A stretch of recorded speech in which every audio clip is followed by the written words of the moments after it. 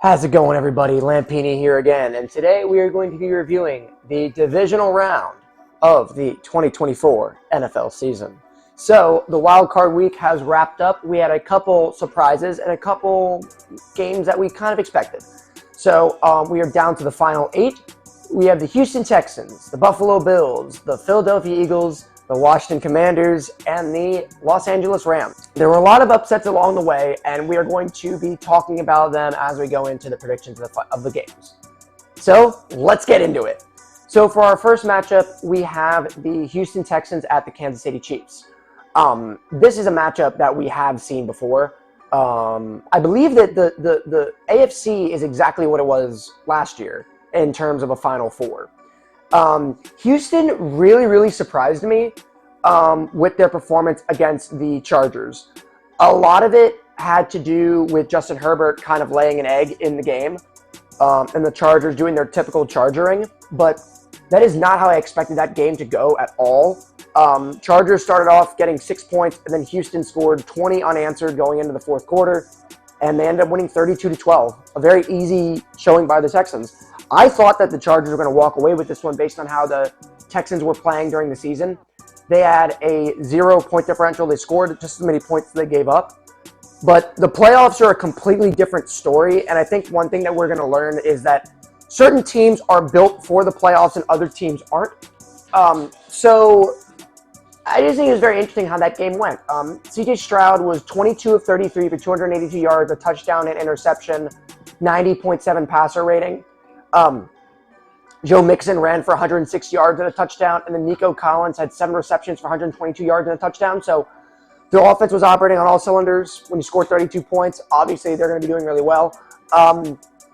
But, man, it's going to be so tough. The Texans did very well against the Chiefs in the regular season, and this would be one of the bigger upsets in the playoffs if the Texans can walk away and beat the Chiefs. But honestly, I don't see it happening. I don't think the Chiefs are going to make the Super Bowl this year because I think the Bills and the Ravens are both too strong. Ravens. I didn't put that on my list either. That's interesting. Oopsie. Oh well. Action also, for those of you who are curious, out of the 6 games, I was 4-2. I got the Texans and the Rams game wrong. We'll go over that a little bit later, though. But yeah, I still think the Chiefs are going to win this game. It's going to be really close, but I just don't think the Texans are so injured, and I don't think they have what it takes to beat a Chiefs team unless the Chiefs come in like the 2019 Ravens did, where they come out slow, they come out rusty, they come out like they took a week off in a bad way, where they're just not prepared. They get kicked in the mouth, and they just can't, recover, basically. But that being said, I am still going to go with the Chiefs.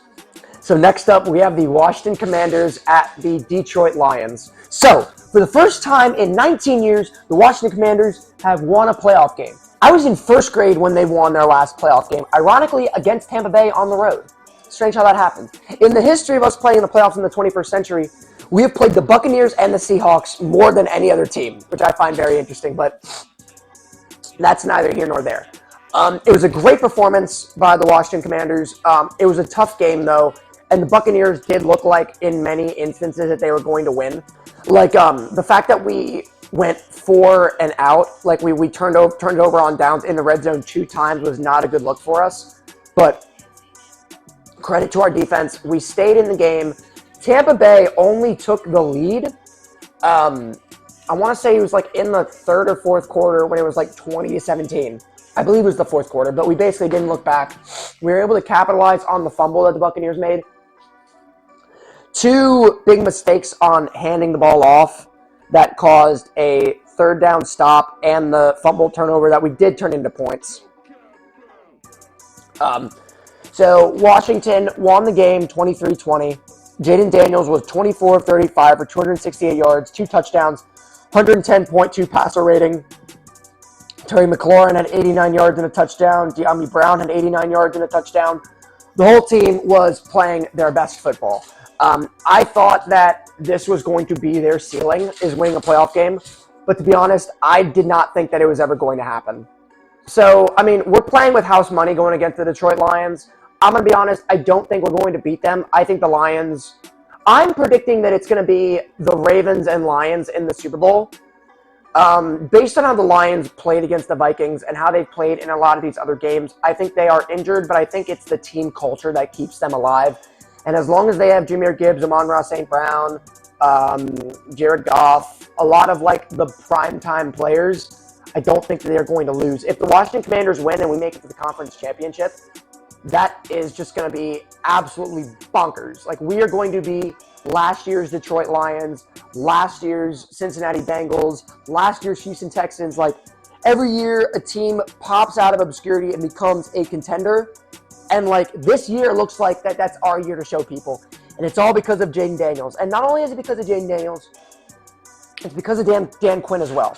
It's because of Adam Peters and Dan Quinn as well. Because one thing that they did do that goes unnoticed, because Jaden Daniels has just been so incredible, is the way that we've been able to change the culture. And it's been how we were able to rehaul our roster. We had a mix of old veterans and new, young, hungry players. You have safeties. You have like Jeremy Chin and Frankie Louvu. Frankie Louvu's 28, not super old, but you have these younger, hungrier guys, and then you have guys like Bobby Wagner and Zach Ertz that are veterans on each side of the ball that can kind of lead and mentor some of these other guys. You have a good mix of new guys and veterans. I would say that we still have a pretty average roster. Like, our defense is average, our receiving core is average, everything about us is pretty average, but we're playing with a lot of passion. And I think that's one of the reasons why I think the Lions are going to win, is I just think that we're going to be out-talented.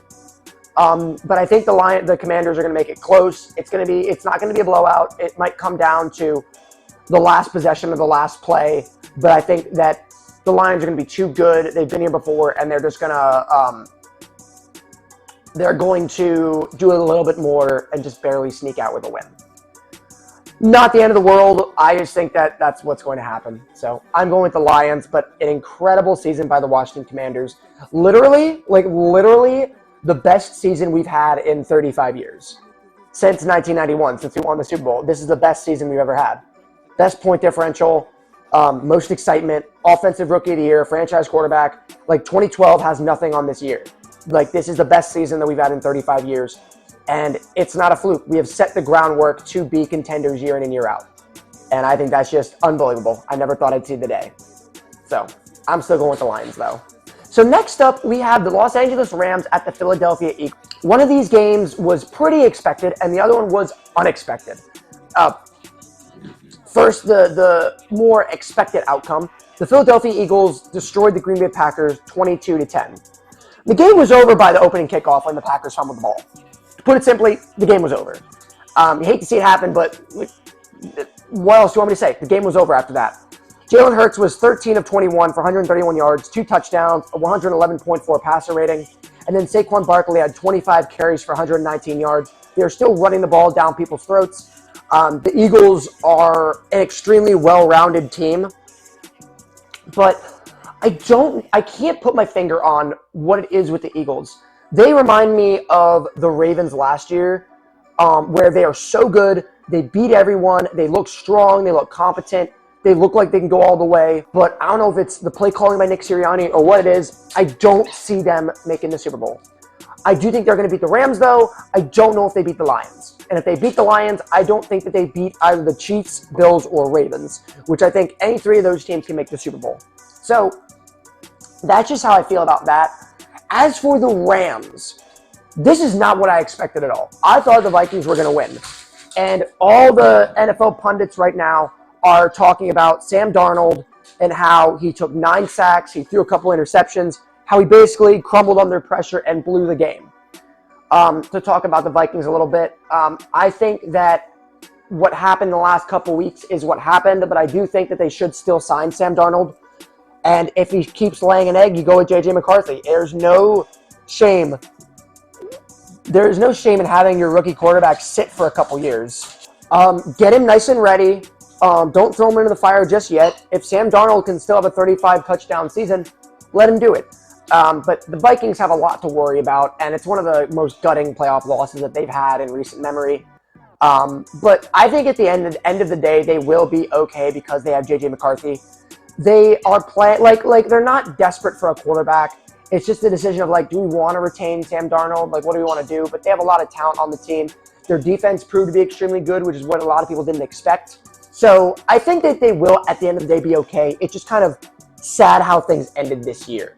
Now, as for the Rams, I was talking earlier about how some teams are built for the playoffs. The Rams, I think, are a team that is built for the playoffs. They are one of these teams that when they are healthy, they can beat anybody. I think their 10-7 record is very, very deceptive, and their negative point differential is deceptive too.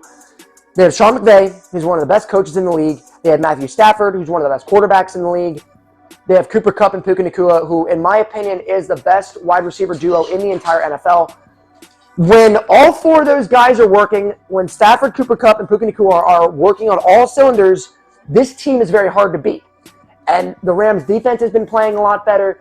I don't think they're going to pull off this upset against the Eagles. I would be really shocked if they did. But you can never take the Rams lightly. Sean McVay's history in the playoffs has shown that. Like, he has won a good deal of playoff games despite his team not looking the best. It reminds me of the Giants in 2007 and 2011, where they were not a good regular season team, but they've won all four of their playoff games to win the Super Bowl. There are some teams that, like, their coach or their quarterback allows them to elevate their game in the playoffs. And I think the Rams are a prime example of that kind of team.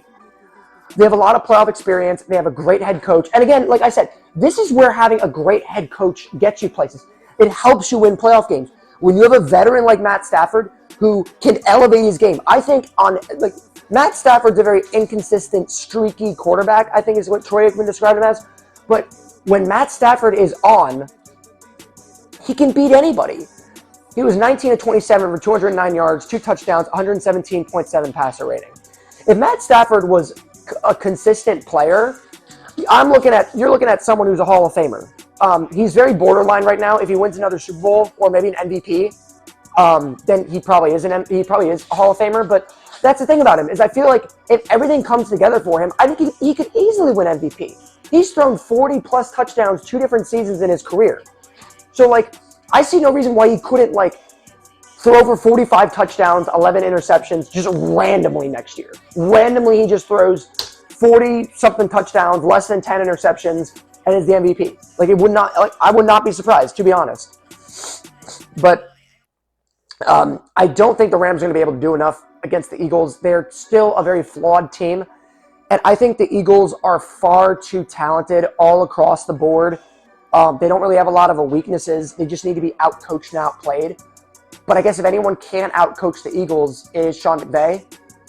But I don't want to talk myself into that. I am going with the Eagles. They're going to win and advance to the conference championship to face either the Commanders or the Lions. So last but not least, we have the game of the week, the Baltimore Ravens at the Buffalo Bills. Both these teams blew out their opponents in the wild card round. And to be honest, both of these teams look like whoever wins this is going to win the entire Super Bowl, to be honest. I think this is going to be the big decider. I don't think either of these teams lose to the Chiefs. I think both these teams have the Chiefs' number, and I think they're both going to beat them. It's going to be very interesting. The big deciding thing here, and the big teller, is that these two did play each other in the regular season, and the Ravens destroyed the Bills. In the Ravens game against the Steelers, Lamar Jackson was 16 of 21, 175 yards, 2 touchdowns, 132 passer rating. Derrick Henry has 26 carries for 186 yards and 2 rushing touchdowns. And as for the Bills, the Broncos scored early, and then they did not score since. They scored on their opening drive, and then the Bills scored 31 unanswered points and completely destroyed the Broncos. Josh Allen was 20 of 26 for 272 yards, 2 touchdowns, 135.4 passer rating. And then James Cook had 23 carries for 120 yards and a touchdown. So, like, both offenses operated on all cylinders here. I think whoever gets turnovers, whoever, the ball bounces properly, it will go to them. But I am going to go with the Ravens on this one for one simple reason. And it's Derrick Henry. I think that Derrick Henry is only going to get more valuable as you go through the playoffs. Because when you're in the playoffs, what ends up getting you ahead is 2 things. superior coaching and superior talent. And in terms of raw talent, I don't think there's any player, not even a running back, any player that's better than Derrick Henry. Like, against the Steelers, the Ravens ran it down their throats, and there was nothing they could do to stop it. And that's one of the things that's dangerous about Derrick Henry is that, like, even when you know he's coming, he can just power through people. And if he hits one hole, not only can he truck people and break tackles, but if he hits the hole full speed, he can outrun people too. That was crazy about his game against the Bills. He had like an 80-something yard rushing touchdown. He blows my mind. He outran 2 defensive backs. A 6'3", 250-pound man outran 2 cornerbacks who were supposed to be the fastest guys on the field. And he outran them for the touchdown. So I think Derrick Henry is going to be such an invaluable commodity for the Ravens in this entire playoff picture. And they can ride him to the Super Bowl. I really do. I think Derrick Henry is more valuable to this team than Lamar, to be honest.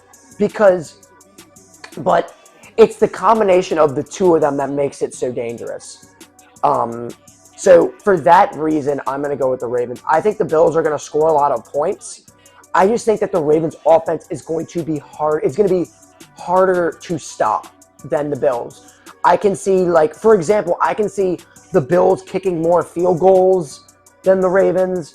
And then who knows what happens in terms of, like, turnovers. Like field goals and turnovers are what's going to decide this game. Whichever team doesn't get in the end zone more and has to settle for field goals, moving the ball is not going to be an issue. These teams are both going to be able to move the ball, no problem. It's going to be a matter of who makes those red zone stops, forces the other team to make field goals, and who gets those lucky bounce turnovers. That's going to decide this game. But I'm going with the Baltimore Ravens. I do think they're going to win and move on to the conference championship. And the big deciding factor, once again, like I said, is that the Ravens are going to have Derrick Henry. And I think that that's really going to help them if they have to face the Chiefs again in the conference championship. So those are my picks, guys. So right now, with my predictions, I have the conference championships going as the Detroit Lions versus the Philadelphia Eagles, the 1 and 2 seeds. And I have the Kansas City Chiefs going against the Baltimore Ravens, the 1 and 3 seed. So that is my prediction for a Final Four. If I could pick the Super Bowl between those two teams, I would go the Ravens or Lions. And if not that, Ravens and Eagles. I really think out of these last 4, I don't think the Chiefs are going to make the Super Bowl again. I think this is the Ravens' year to at least make the Super Bowl. Because they're getting hot at the right time. They're looking so strong. Like, their offense looks legitimately unstoppable. And that's what, it looks legitimately unstoppable in ways that I haven't seen before in a very long time. So I think that it's going to happen. I think that, if anything, the Eagles just out-talent the Lions. The Lions are so injured. But, again, I don't think that the Eagles stop Derrick Henry and Lamar at the same time. I don't think it happens. And I also just really don't want the Eagles to win the Super Bowl. Their fans are just so obnoxious. I do not want Eagles fans to gloat that they won the Super Bowl. And I also just don't think Nick Sirianni is a very good coach. If the Rams end up beating the Eagles, then the Eagles have a lot to think about. Do they want to get rid of Nick Sirianni? Because they are an incredibly talented team.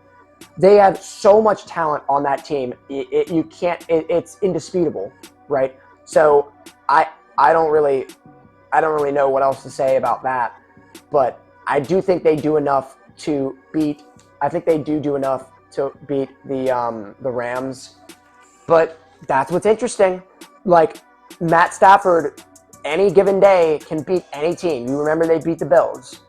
And Sean McVay's a great head coach. So it's going to be a very exciting slot of games. So I can't wait. And then we're going to review the conference championship, the Super Bowl, and then we'll be done with the season. But I'm trying to do some off-season content as well. Keep the ball rolling. I've been in a good rhythm. This is where my predictions stopped 2 years ago. I made my my divisional round video, and then I didn't do a conference or Super Bowl. I'll be able to do that, no problem this time, guys. No need to worry about that.